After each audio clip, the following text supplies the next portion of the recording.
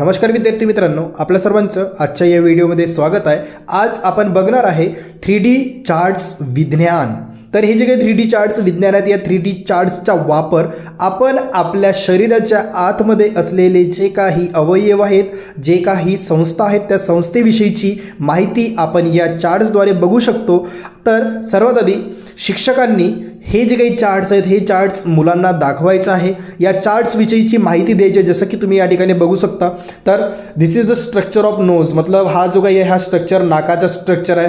Structure of heart, तर हा आपल्या हृदयाचा स्ट्रक्चर आहे। आपले जे काही शरीराला पिंजरे असतात, रिबकेज आपण जे म्हणतो, तर ते जे काही हाडे आहेत, पिंजरे आहेत, हे बघू शकतो। तर याविषयीची सर्वात आधी माहिती विद्यार्थ्यांना द्या। सोबतच विद्यार्थ्यांना जे काही 3D चार्ट्स आहेत, त्या 3D चार्ट्स दाखवताच विद्यार्थ्यांना पचन संस्था, श्वसन संस्था, रक्ताभिसरण संस्था अशा इत्यादी संस्थेविषयीची माहिती विद्यार्थ्यांना द्या आणि सोबतच त्यांना चिठ्ठी लिहायला सांगा। त्यानंतर विद्यार्थ्यांना सांगा की ती जी काही चिठ्ठी त्यांनी लिहिलेली आहे, तर ती चिठ्ठी ती एका संस्थेजवळ नेऊन त्यांनी ठेवावी, अशा पद्धतीने।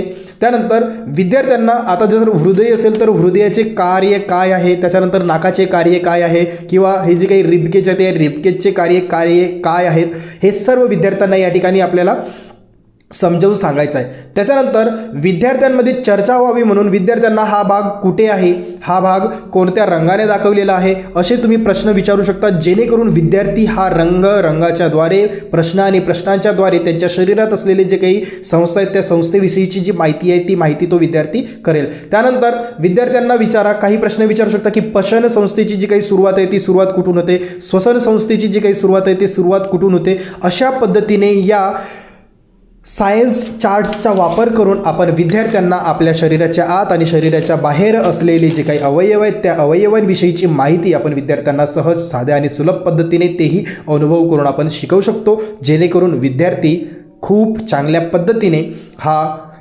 अभ्यासू होईल आणि या पद्धतीने विद्यार्थ्याला ज्या काही संकल्पना आहेत त्या संकल्पनासुद्धा स्पष्ट होतील। धन्यवाद।